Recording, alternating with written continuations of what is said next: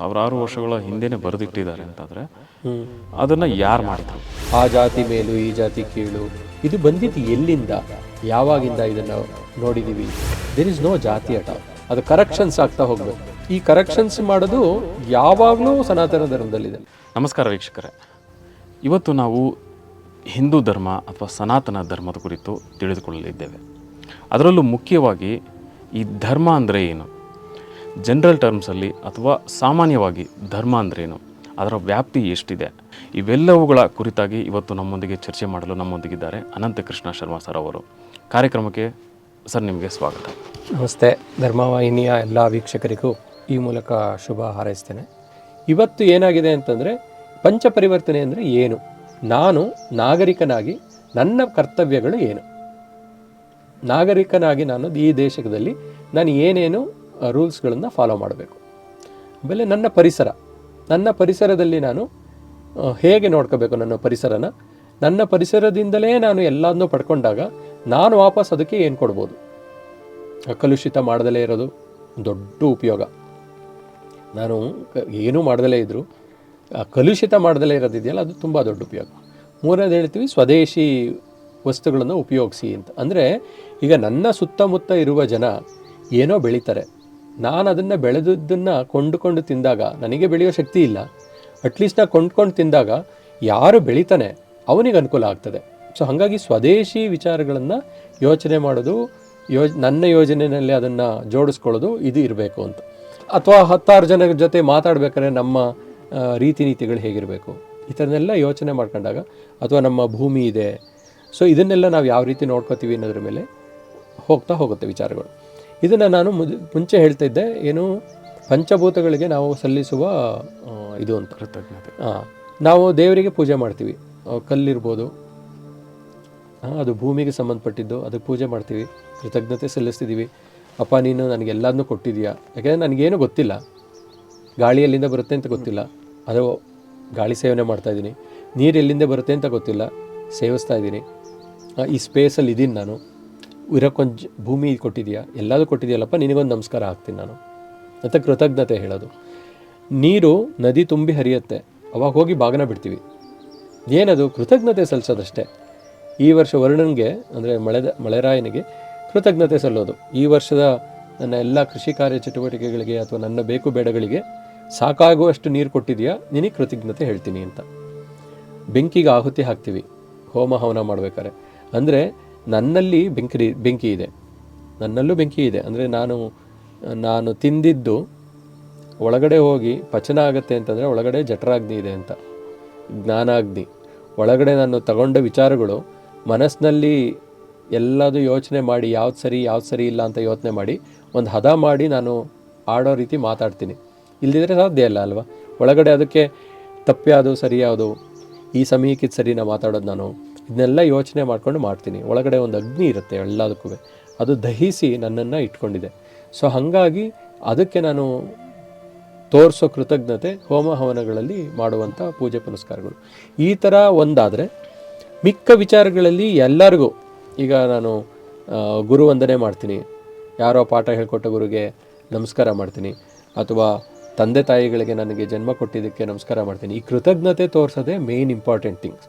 ಯಾವ ರೀತಿ ತೋರಿಸ್ತೀವಿ ಅನ್ನೋದು ಬೇರೆ ಬೇರೆ ವಿಚಾರಗಳಿಗೆ ಬೇರೆ ಬೇರೆ ಸಮಯಗಳಲ್ಲಿ ಬೇರೆ ಬೇರೆ ಇರುತ್ತೆ. ಬಿಟ್ಟರೆ ನಾವು ಕೃತಜ್ಞತೆ ತೋರಿಸೋದ್ರಿಂದ ನಾವು ಪಡೆದುಕೊಂಡಿರುವ ಏನು ಸವಲತ್ತಿದೆ ಅದಕ್ಕೆ ಬೆಲೆ ಕೊಟ್ಟಂಗೆ ಆಗುತ್ತೆ. ಇದು ನಾವು ಒಂದು ರೀತಿಯ ಏನು ಹೇಳ್ತೀವಿ, ನಮ್ಮ ಧರ್ಮವನ್ನು ನಾವು ಪಾಲಿಸುವ ನಿಟ್ಟಿನಲ್ಲಿ ಮಾಡಬೇಕಾದ ಕೆಲಸಗಳು ಅಂತ.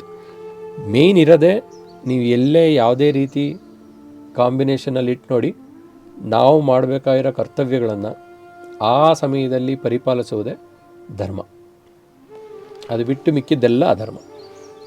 ಸರ್, ಹಾಗಿದ್ರೆ ಈಗ ಕರ್ತವ್ಯಗಳು ಅಂತ ಬಂದಾಗ, ಕರ್ತವ್ಯಗಳನ್ನು ನಾನು ಮಾಡಬೇಕಾಗಿರೋ ಅನ್ನೋದನ್ನು ಸಾವಿರಾರು ವರ್ಷಗಳ ಹಿಂದೆನೇ ಬರೆದಿಟ್ಟಿದ್ದಾರೆ ಅಂತಾದರೆ ಅದನ್ನು ಯಾರು ಮಾಡಿದರು? ಇದು ಯಾರು ಒಬ್ಬರು ಮಾಡಿದ್ರು ಅಂತ ನಾನು ಹೇಳೋಕ್ಕೂ ಹೋಗಲ್ಲ. ಇದು ಹೇಗೆ ಯಾವ್ಯಾವ ಕಾಲದಲ್ಲಿ ಅವರವರಿಗೆ ಅನ್ನಿಸ್ತಾ ಬಂತೋ, ಅದಕ್ಕೆ ಹೇಳಿದ್ದು ನಾನು, ಸನಾತನ ಧರ್ಮದಲ್ಲಿ ಯಾವುದುವೇ ಬರವಣಿಗೆ ಇರಲಿಲ್ಲ, ಮೌಖಿಕವಾಗಿ ಒಂದು ಕಡೆಯಿಂದ ಇನ್ನೊಂದು ಕಡೆಗೆ ಹೋಗ್ತಾ ಬಂತು. ಒಂದು ಕಾಲದಲ್ಲಿ ಏನಾಯಿತು ಅಂತಂದರೆ, ಈಗ ನೀವು ಕ್ವಶನ್ ಕೇಳ್ದ ಹಾಗೆ ನಾನು ಆನ್ಸರ್ ಮಾಡ್ತಾ ಇದ್ದೀನಲ್ವಾ, ಈ ಥರ ಕ್ವಶನ್ ಕೇಳೋದು ನಿಲ್ತಾ ಬಂದಾಗ, ಅಥವಾ ನೀವು ಕೇಳಿದ ಕ್ವಶನ್ಗೆ ನನ್ನ ಹತ್ರ ಆನ್ಸರ್ ಇಲ್ದಲೇ ಬಂದಾಗ, ನಾನು ಹೇಳ್ದಷ್ಟು ಮಾಡಪ್ಪ ಅಂತ ಹೇಳಕ್ಕೆ ಶುರು ಮಾಡಿದ್ರು. ಯಾವಾಗ ನಾನು ಹೇಳ್ದಷ್ಟು ಮಾಡಪ್ಪ ಅಂತ ಹೇಳಕ್ಕೆ ಶುರು ಮಾಡಿದ್ರು, ಯಾಕೆ ಹಂಗೆ ಹೇಳಿದ್ರು ಅಂತಂದರೆ, ಇದು ಈ ಕಡೆ ಆನ್ಸರ್ ಹೇಳ್ತಿದಾರಲ್ಲ ಅವ್ರದ್ದು ತಪ್ಪಲ್ಲ. ಅವ್ರು ಕರೆಕ್ಟಾಗಿ ಸಮಯದಲ್ಲಿ ಕ್ವಶನ್ ಕೇಳಿದ್ದಿದ್ರೆ ಅವ್ರಿಗೆ ಆನ್ಸರ್ ಸಿಕ್ಕಿರೋದು, ಅವ್ರು ವಾಪಸ್ ಆನ್ಸರ್ ಹೇಳ್ಬೋದಿತ್ತು. ಈ ಕ್ವಶನ್ ಆ್ಯಂಡ್ ಆನ್ಸರ್ ಇದೆಯಲ್ಲ, ಅದು ನಮ್ಮದು ಧರ್ಮ. ನೀವು ಎಷ್ಟು ಕ್ವಶನ್ ಕೇಳ್ತಿರೋ ಅದಕ್ಕೆ ತಕ್ಕ ಆನ್ಸರು ಒಂದು ಗೊತ್ತಿದ್ರೆ ಹೇಳೋದು, ಇಲ್ಲದಿದ್ರೆ ಈ ವಿಚಾರದಲ್ಲಿ ಗೊತ್ತಿಲ್ಲಪ್ಪ ಒಂದು ಸ್ವಲ್ಪ ನೋಡಿ ಮಾತಾಡ್ತೀನಿ ನಾನು ಇದ್ರ ಬಗ್ಗೆ ಅಂತ ಹೇಳೋದಿದೆಯಲ್ಲ, ಅದು ಮೊದಲನೇ ಧರ್ಮ. ಇದು ಗುರುಧರ್ಮ. ಗುರುವಿಗೂ ಎಲ್ಲದೂ ಗೊತ್ತಿದೆ ಅಂತಲ್ಲ. ಗುರು ಏನು ಮಾಡ್ತಾನೆ ಅಂತಂದರೆ 2 ಥರ ಇರುತ್ತೆ. ಒಂದು, ಕ್ವಶನ್ ಕೇಳಿಸಿ ಆನ್ಸರ್ ಹೇಳ್ತಾನೆ. ಇನ್ನೊಂದು, ಫುಲ್ ಹೇಳ್ತಾ ಹೋಗ್ತಾನೆ. 2 ಥರ. ಫುಲ್ ಹೇಳ್ತಾ ಹೋಗೋದು ಅಂತಂದರೆ ಯಾರು ಕೇಳ್ತಾರೆ ಯಾರು ಬಿಡ್ತಾರೆ ಅದ್ರ ಗೊತ್ತಿಲ್ಲ, ಸುಮ್ಮನೆ ಹೇಳ್ತಾ ಹೋಗೋದು. ಆಯಿತಾ? ಅದು ಎಷ್ಟು ಜನಕ್ಕೆ ಉಪಯೋಗ ಆಗಿದೆ ಅನ್ನೋದು ಆ ತಕ್ಷಣ ಗೊತ್ತಾಗ್ದಲೇ ಇರ್ಬೋದು. ಅವನ ಉದ್ದೇಶ ಏನಂದರೆ, ನನ್ನ ಸಮಯ ಇದೆಯಲ್ಲ, ನನ್ನ ಸಮಯ ತುಂಬ ಸಣ್ಣದಿದೆ ಅಥವಾ ಕಮ್ಮಿ ಇದೆ, ಈ ಸಮಯದಲ್ಲಿ ನಾನು ಏನೇನು ಕಲ್ತಿದ್ದೀನಿ, 4 ಜನದಿಂದ ಕಲ್ತಿದ್ದೀನಿ, ಅದನ್ನು ಹೇಳಿದ್ರೆ ಯಾವುದೋ 4 ಜನಕ್ಕೆ ಉಪಯೋಗ ಆಗುತ್ತೆ, ಎಲ್ಲರಿಗೂ ಉಪಯೋಗ ಆಗದಲೇ ಇದ್ದರೆ ಅಂತ ಅವನು ಹೇಳ್ತಾ ಹೋಗ್ತಾನೆ. ಅದು ಆ ಸಮಯಕ್ಕೆ ಉಪಯೋಗ ಆಗದಲೇ ಇರ್ಬೋದು. ನಾವು ಯೋಚನೆ ಮಾಡೋಣ, ನಮಗೆ ಮ್ಯಾಥಮೆಟಿಕ್ಸ್ ಹೇಳ್ಕೊಡ್ತಾ ಟ್ರಿಗ್ನಾಮೆಟ್ರಿ ಹೇಳ್ಕೊಟ್ಟಿದ್ರು. ಅದನ್ನು ನಾವು ಟ್ರಿಗ್ನಾಮೆಟ್ರಿನ ಎಷ್ಟು ಜನ ಯೂಸ್ ಮಾಡಿದ್ದೀವಿ ಜೀವನದಲ್ಲಿ ಅಂತ ಯೋಚನೆ ಮಾಡಲ್ಲ. ಆದರೆ ಒಂದು ಜಾಗದಿಂದ ಇನ್ನೊಂದು ಜಾಗಕ್ಕೆ ಹೋಗ್ತಾ ಇದ್ದೀವಿ ಅಂತ ಅಂದ್ಕೊಂಡ್ರೆ ಶಾರ್ಟೆಸ್ಟ್ ರೂಟ್ ಅಂತ ಹುಡುಕ್ತೀವಲ್ವ, ಅದು ಹೇಗೆ ಹುಡುಕ್ತೀವಿ? ನಮ್ಗೆ ಆ ಟ್ರಿಗ್ನಾಮೆಟ್ರಿ ವಿಚಾರ ತಲೆಯಲ್ಲಿ ಕೂತಿಲ್ಲ ಅಂತಂದರೆ, ಹಿಂಗೆ ಹೋಗೋದಕ್ಕಿಂತ ಹಿಂಗೆ ಡೈರೆಕ್ಟಾಗಿ ಹೋದರೆ ಶಾರ್ಟೆಸ್ಟ್ ರೂಟ್ ಇದೆ, ಸುಮ್ಮನೆ ಬಳಸಿ ಹೋಗೋದು ಅವಶ್ಯಕತೆ ಇಲ್ಲ, ಹಿಂಗೆ ಸ್ಟ್ರೈಟ್ ರೂಟ್ ತಗೊಳ್ಳೋಣ ಅಂತ ಯೋಚನೆ ಮಾಡ್ತೀವಲ್ವ. ಇದು ಬರಬೇಕು ಅಂತಂದರೆ ನಿಮಗೆ ಅವರು ಹೇಳಿಕೊಟ್ಟ ಪಾಠ ಬೇರೆ ರೀತಿಯಲ್ಲಿ ಆನ್ಸರ್ ಕೊಟ್ಟಿದೆ ಬಿಟ್ಟರೆ, ಅಥವಾ ಬೇರೆ ರೀತಿಯಲ್ಲಿ ಬೇರೆ ಸಮಯದಲ್ಲಿ ತಿಳುವಳಿಕೆಗೆ ಬಂದಿದೆ ಅದನ್ನು ಪಾಲಿಸಿದಿರ ಬಿಟ್ಟರೆ, ಅವ್ರು ಹೇಳ್ಕೊಟ್ಟಿದ್ದೆ ಅಂದರೆ ತಪ್ಪಾಗಿಲ್ಲ. ಅವಾಗ ಉಪಯೋಗ ಆಯಿತಾ ಅಂತಂದರೆ ಎಕ್ಸಾಮ್ ಬರೆಯೋಕ್ಕಷ್ಟೇ, ಬೇರೆ ಯಾವುದಕ್ಕೆ ಸಮಯಕ್ಕೆ ಉಪಯೋಗ ಆಗಿರಲಿಲ್ಲ. ಈ ಥರ ವಿಚಾರಗಳನ್ನ ಸುಮಾರು ವಿಚಾರಗಳು ಬಂದಿದೆ. ಆ ಸಮಯಕ್ಕೆ ನಮಗಷ್ಟೇ ಉಪಯೋಗ ಇರಲ್ಲ, ಇನ್ಯಾವುದೋ ಸಮಯದಲ್ಲಿ ಉಪಯೋಗ ಆಗುತ್ತೆ. ಅದಕ್ಕೆ ಪ್ರವಚನಗಳನ್ನು ಹೇಳ್ತಾರಲ್ಲ ಗುರುಗಳು, ಅವಾಗ ನಮ್ಗೆ ಉಪಯೋಗ ಇಲ್ದಿದ್ರು ಕೇಳ್ಕೊಂಡಿರ್ಬೇಕು, ಯಾವುದೋ ಸಮಯಕ್ಕೆ ಉಪಯೋಗ ಆಗುತ್ತೆ ಅಂತ. ಇನ್ನೊಂದು ಕ್ವಶನ್ ಆ್ಯಂಡ್ ಆನ್ಸರ್. ಕ್ವಶನ್ ಕೇಳ್ತಾ ಇರಬೇಕು, ಅದಕ್ಕೆ ಆನ್ಸರ್ ಸಿಗ್ತಾ ಇರುತ್ತೆ ಅಂತ. ಅದನ್ನು ಕ್ವಶನ್ನ ಯಾರನ್ನು ಕೇಳಬೇಕು ಅದಕ್ಕೂ ಒಂದು ಹೇಳ್ಕೊಟ್ಟಿದ್ದಾರೆ. ಬಲ್ಲವರಿಂದ ಕೇಳಿ ತಿಳ್ಕೊಳ್ಳೋದು ಅಂತ. ಒಂದು ದೇಶ ಸುತ್ತು ಅಥವಾ ಕೋಶ ಓದು ಅಂತ ಹೇಳ್ತಾ ಇದ್ರು. ಯಾಕೆ ಅಂತಂದರೆ, ಕೋಶ ಓದಬೇಕು ಅಂತಂದರೆ 10 ಜನ ಮಾಡಿರುವ ಕೆಲಸವನ್ನು ಒಂದು ಕಡೆ ಕ್ರೋಢೀಕರಿಸಿ ನಿಮಗೆ ಇಟ್ಟಿರ್ತಾರೆ ಕೋಶದಲ್ಲಿ. ಅಥವಾ ನೀವು 10 ಜನನ್ನ ಓಡಾಡಿ ಭೇಟಿ ಮಾಡಿದ್ರೆ ನಿಮಗೆ 10 ರೀತಿ ತಿಳಿಯುತ್ತೆ. ಆವಾಗ ನೀವು ಡಿಸೈಡ್ ಮಾಡ್ಬೋದು ಯಾವುದನ್ನು ಮಾಡಿದ್ರೆ ಯಾವ ಸಮಯದಲ್ಲಿ ಸರಿ, ಯಾವ ಸಮಯದಲ್ಲಿ ತಪ್ಪು ಅನ್ನೋದನ್ನು ನೀವೇ ಡಿಸೈಡ್ ಮಾಡಿ ಅಂತ. ಈಗ ಭಗವದ್ಗೀತೆಯಲ್ಲಿ ನಾವು ಅದಕ್ಕೆ ಏನಕ್ಕೆ ಹೇಳ್ತೀವಿ ಅಂತಂದರೆ, ಕೃಷ್ಣ ಹೇಳ್ತಾನೆ, ಎಲ್ಲ ಊರಿಂದೆಲ್ಲ ಹೇಳ್ತಾನೆ. ಅವನು 18 ಅಧ್ಯಾಯದಲ್ಲಿ ಅವನು ಮುಟ್ಟದಲ್ಲೇ ಇರೋ ವಿಚಾರ ಇಲ್ಲ, ಹೇಳ್ದಲ್ಲೇ ಇರೋ ಥಿಂಗ್ಸ್ ಇಲ್ಲ, ಎಲ್ಲದನ್ನೂ ಹೇಳ್ತಾನೆ. ಎಲ್ಲ ಹೇಳ್ಬಿಟ್ಟು ಏನು ಹೇಳ್ತಾನೆ ಕೊನೆಗೆ ಅಂದರೆ, ನೋಡಪ್ಪ ಇಷ್ಟೆಲ್ಲ ಹೇಳಿದ್ದೀನಿ, ನೀನು ಯೋಚನೆ ಮಾಡು, ನಿನಗೆ ಯಾವ್ದು ಸರಿ ಅನಿಸುತ್ತೆ ಅದು ಮಾಡು, ನಿನ್ನ ಕರ್ಮ ಏನಿದೆ ಅದಕ್ಕೆ ತಕ್ಕ ಪ್ರತಿಫಲ ಸಿಗುತ್ತೆ. ಒಂದು ಸಮಯದಲ್ಲಿ ಸುಳ್ಳು ಹೇಳೋದು ಧರ್ಮ ಅಂತ ಹೇಳ್ತಾರೆ. ಹೇಗೆ ಸರ್ ಅದು? ಹೇಗೆ ಸುಳ್ಳು ಹೇಳೋದು ಸತ್ಯ ಅಂತಂದರೆ, ಸುಳ್ಳು ಹೇಳಿದ್ರು ಸರಿ ಅಂತ ಯಾವ ಸಮಯದಲ್ಲಿ ಹೇಳ್ತಾರೆ ಅಂತಂದರೆ, ಈಗ ನೀವು ನನ್ನನ್ನು ಬಚಾಯಿಸ್ಕೊಳ್ಳೋಕ್ಕೆ ಸುಳ್ಳು ಹೇಳ್ತಿದ್ದೀನ, 100 ಜನನ್ನ ಬಚಾಯಿಸೋಕ್ಕೆ ಸುಳ್ಳು ಹೇಳ್ತಿದ್ದೀನ ಅನ್ನೋದು ಇಂಪಾರ್ಟೆಂಟ್. ಸುಳ್ಳು ಹೇಳೋದನ್ನು ಒಂದು ಧರ್ಮ, ಒಳ್ಳೆಯದು. ಯಾವಾಗ ಅಂತ ಹೇಳೋದಕ್ಕೆ ಅದನ್ನು ಮಹಾಭಾರತದಲ್ಲಿ ಇದನ್ನು ಹೇಳ್ಬೇಕಾದ್ರೆ ಹೇಳ್ತಾರೆ. ಏನಂತಂದರೆ, ಹತಕ್ ಕುಂಜರಹ ಅಂತ ಹೇಳ್ತಾನೆ. ಅಶ್ವತ್ಥಾಮೋ ಹತಕ್ ಅಂತ ಹೇಳ್ಬಿಟ್ಟು ಕುಂಜರಹ ಸೈಲೆಂಟಾಗಿ ಹೇಳ್ತಾನೆ. ಅವನು ಹೇಳಿದ್ರಲ್ಲಿ ತಪ್ಪಿಲ್ಲ, ಅವನು ಕೇಳಿದ್ರಲ್ಲಿ ತಪ್ಪಿದೆ. ಹಾಗೆ ನಾವು ನೋಡ್ತಾ ಇರ್ತೀವಲ್ಲ ವಿಚಾರದಲ್ಲಿ, ನಾವು ಯಾವುದೋ ವಿಚಾರನ ಕೇಳ್ತೀವಿ, ಅದು ಯಾವುದೋ ವಿಚಾರನ ಒಬ್ಬರಿಂದ ಕೇಳಿದಾಗ ಅದು ಸತ್ಯ ಇಲ್ದಲೇ ಇರ್ಬೋದು, ಅದನ್ನು ನೋಡಿದಾಗ ಏನಿರುತ್ತೆ ಅದು ಸತ್ಯ.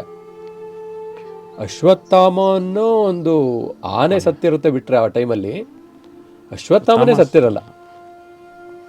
ಈ ಸಮಯದಲ್ಲಿ ಅದು ನಿಜ ಸರಿನೋ ತಪ್ಪು ಅಂತ ಯೋಚನೆ ಮಾಡೋದು, ಮತ್ತು ಅದು ಕರ್ಮಾನುಸಾರ. ನಾವು ಏನೇ ಮಾಡ್ತೀವಲ್ಲ ಕರ್ಮ, ಆ ಕರ್ಮಕ್ಕೆ ಅನುಗುಣವಾಗಿ ನಿಮಗೆ ಇದು ಸಿಗುತ್ತೆ ಅಂತ. ನಾವಿವಾಗ ನಮ್ಮ ಸನಾತನ ಧರ್ಮದಲ್ಲಿ ಯೋಚನೆ ಮಾಡ್ತಾ ಬಂದಾಗ ಒಂದಿಷ್ಟು ಬರುತ್ತೆ ಜಾತಿಗಳ ಬಗ್ಗೆ ಅಲ್ವಾ. ಆ ಜಾತಿ ಮೇಲು ಈ ಜಾತಿ ಕೀಳು, ಇದು ಬಂದಿದ್ದು ಎಲ್ಲಿಂದ, ಯಾವಾಗಿಂದ ಇದನ್ನು ನೋಡಿದ್ದೀವಿ, ಆ ಜಾತಿ ಮೇಲು ಈ ಜಾತಿ ಮೇಲು ಅಂತ.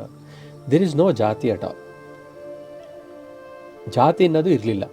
ಹಿಂದೆ ನಾವು ಮಾಡುವ ಕರ್ಮದ ಮೇಲೆ ನಮ್ಮನ್ನು ಗುರುತಿಸ್ತಾ ಇದ್ರು. ಬ್ರಾಹ್ಮಣ, ಕ್ಷತ್ರಿಯ, ವೈಶ್ಯ, ಶೂದ್ರ ಅಂತ 4 ವರ್ಣಗಳದು, ಜಾತಿಗಳಲ್ಲ. ವರ್ಣಗಳು ಏನು ಅಂತಂದರೆ, ನಾನು ಬ್ರಾಹ್ಮಣನಲ್ಲೇ 4 ವಿಧ ಇದೆ. ನಾವು ಬ್ರಾಹ್ಮಣ ಅಂತ ಏನು ಹೇಳ್ತೀವಿ ಅದರೊಳಗೆ 4 ವಿಧ ಇದೆ.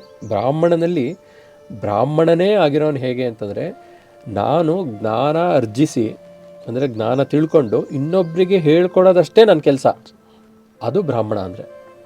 ಈಗ ಬ್ರಾಹ್ಮಣ ಒಂದು ವಿದ್ಯೆನ ಕಲಿತು ಅದನ್ನು ದೇಶ ಕಾಯಕ್ಕೋಸ್ಕರ ಉಪಯೋಗಿಸಿದ್ರೆ ಯಾವ ಥರ, ದ್ರೋಣಾಚಾರ್ಯನ ರೀತಿ ನೋಡಿದ್ರೆ ಅವನು ಕ್ಷತ್ರಿಯ ಆಗ್ತಾನೆ ಅವಾಗ. ವಿದ್ಯೆ, ಬಟ್ ಅದನ್ನು ಹೇಳ್ಕೊಡ್ತಾ ಇರೋದು ಏನಕ್ಕೆ, ಯಾವ ವಿಚಾರಕ್ಕೆ ಅಂತಂದರೆ ಕಾಯಕ್ಕೆ. ನಾನು ಅದನ್ನು ಮಾಡ್ತಾ ಇಲ್ವಾ? ಈಗ ನನ್ನ ಹೆಂಡತಿ ಮಕ್ಕಳು ಅಥವಾ ನನ್ನ ಸುತ್ತಮುತ್ತ ಇರೋರು ಅವರನ್ನು ಕಾಪಾಡಬೇಕು ಅಂದಾಗ ನಾನು ಒಂದಿಷ್ಟು ಹೋರಾಡ್ತೀನಲ್ವ, ಅದು ಕ್ಷತ್ರಿಯತ್ವ ಅಲ್ವಾ? ಈಗ ನಾನೊಂದು ವಿಚಾರ ಕಲ್ತಿದ್ದೀನಿ, ನಾನು ಅದನ್ನು, ನನ್ನ ವಿಚಾರನ 4 ಜನಕ್ಕೆ ಹೇಳಿ ಅದರಿಂದ ಸಂಪಾದನೆ ಮಾಡ್ತಿದ್ದೀನಿ ಅಂತಂದರೆ ನಾನು ವೈಶ್ಯ ಅಲ್ವಾ? ನಾನು ಕಲಿತ ವಿದ್ಯೆನ ಭೂಮಿ ಉಳುಮೆ ಮಾಡೋದ್ರಲ್ಲೋ ಅಥವಾ ಮನೆಯಲ್ಲಿ ಟಾಯ್ಲೆಟ್ ಕ್ಲೀನ್ ಮಾಡೋದ್ರಲ್ಲೋ ನಾನು ಶೂದ್ರ ಆಗಲ್ವಾ ಅಲ್ಲಿ?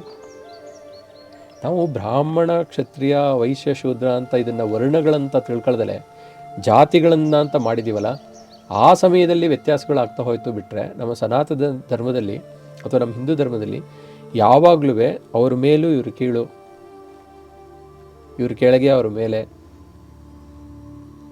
ಆ ಥರ ಎಲ್ಲೂ ಹೇಳಿಲ್ಲ.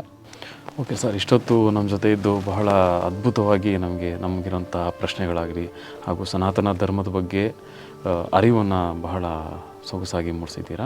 ಮುಂದಿನ ಸಂಚಿಕೆಯಲ್ಲಿ ಮತ್ತಷ್ಟು ವಿಚಾರಗಳನ್ನು ತಿಳ್ಕೊಳ್ಳೋಣ. ನೀವು ಇಲ್ಲಿ ಬಂದು ನಮ್ಮ ಜೊತೆ ಸಮಯ ಕಳೆದಿದ್ದಕ್ಕೆ ತಮಗೆ ಧನ್ಯವಾದಗಳು. ಪ್ರತಿಯೊಬ್ಬರಿಗೂ ಒಳ್ಳೆಯದಾಗಲಿ. ಧನ್ಯವಾದ. ನೋಡಿದ್ರಲ್ಲ ವೀಕ್ಷಕರೇ, ನಮ್ಮ ಧರ್ಮ ನಮ್ಮ ಹೆಮ್ಮೆ ಕಾರ್ಯಕ್ರಮದಲ್ಲಿ ನಾವು ಸಾಕಷ್ಟು ವಿಚಾರಗಳನ್ನು ತಿಳ್ಕೊಂಡಿದ್ದೀವಿ. ಮುಂದಿನ ಸಂಚಿಕೆಯಲ್ಲಿ ಮತ್ತಷ್ಟು ವಿಶೇಷ ವಿಚಾರಗಳನ್ನು ತಿಳಿದುಕೊಳ್ಳೋಣ. ಅಲ್ಲಿವರೆಗೂ ಧನ್ಯವಾದಗಳು.